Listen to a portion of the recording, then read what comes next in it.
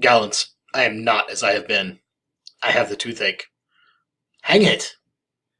Well, every one can master grief but he that has it. Yet this is no charm for the toothache. Old Signora, walk aside with me. I have studied 8 or 9 wise words to speak to you, which these hobby horses must not hear.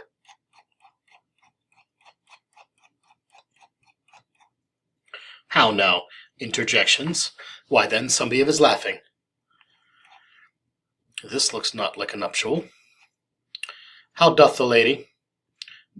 Madam, be patient. For my part, I am so attired in wonder, I know not what to say. Lady, were you her bedfellow last night? 2 of them have the very bent of honour, and if their wisdoms be misled in this, the practice of it lives in John the Bastard, whose spirits toil in a frame of villainies. Signora Leonata, let the friar advise you, and though you know my inwardness in love is very much unto the prince and Claudio, yet, by mine honour, I will deal in this as secretly and justly as your soul should with your body. Lady Beatrice, have you wept all this while? I will not desire that. Surely I do believe your cousin is wronged. Is there any way to show such a friendship? May a man do it? I do love nothing in the world so well as you. Is not that strange? By my sword, Beatrice, thou lovest me. I will swear by it that you love me, and will make him eat of this as I love not you. With no sauce that can be devised to it, I protest I love thee. What offence, sweet Beatrice? Do it with all thy heart. Come, bid me do anything for thee. Ha! Not for the wide world. Tarry, sweet Beatrice. Beatrice, we'll be friends first. Is Claudio thine enemy? Hear me, Beatrice. Nay, but Beatrice. Beatrice. Tarry, good Beatrice. By this hand, I love thee.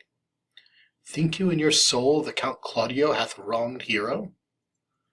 Enough. I am engaged. I will challenge him. I will kiss your hand, and so I leave you. By this hand, Claudio shall render me a dear account. As you hear of me, so think of me.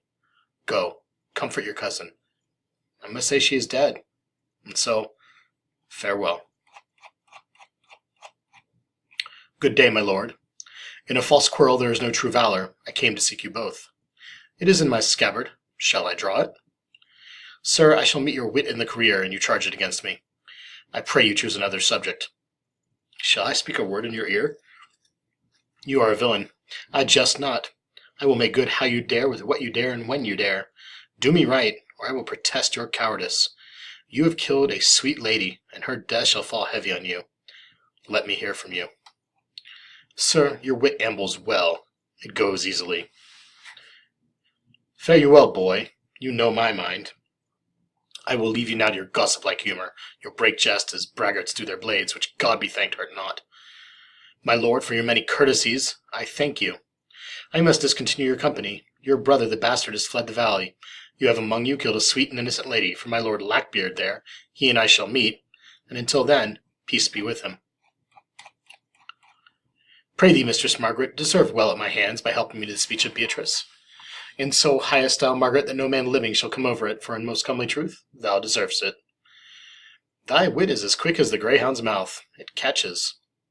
A most manly wit, Margaret.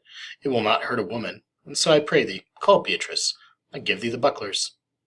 If you use them, Margaret, you must put in the pikes with a vice, and they are dangerous weapons for maids. And therefore will come the god of love that sits above, and knows me, and knows me. How pitiful I deserve. I mean in singing, but in loving.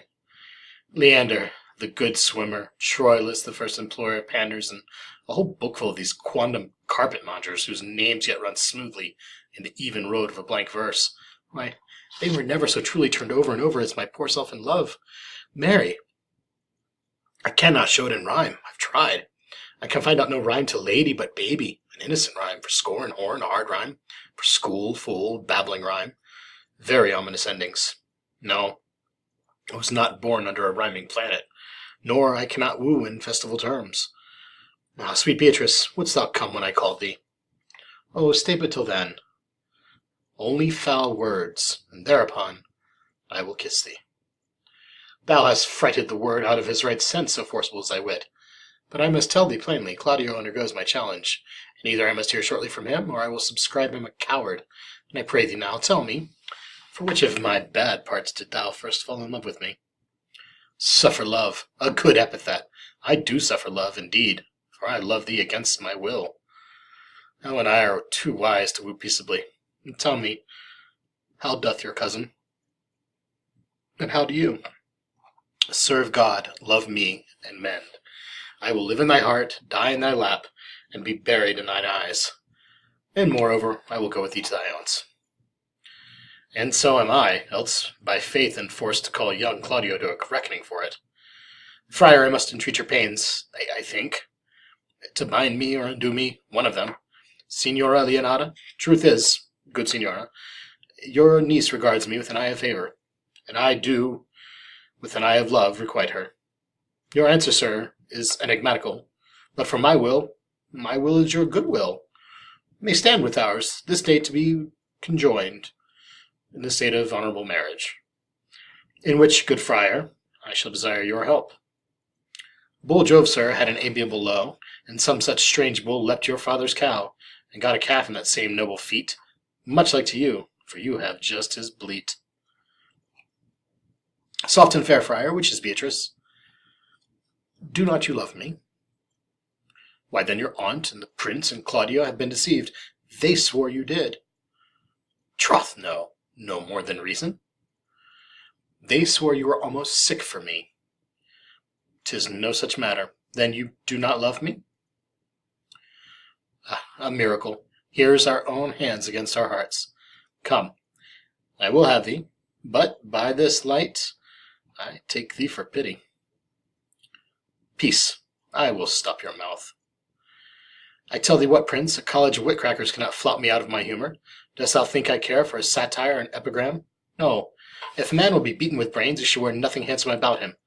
In brief, since I do purpose to marry, I will think nothing to any purpose that the word can say against it, and therefore never flout at me for what I have said against it. For man is a giddy thing, and this is my conclusion.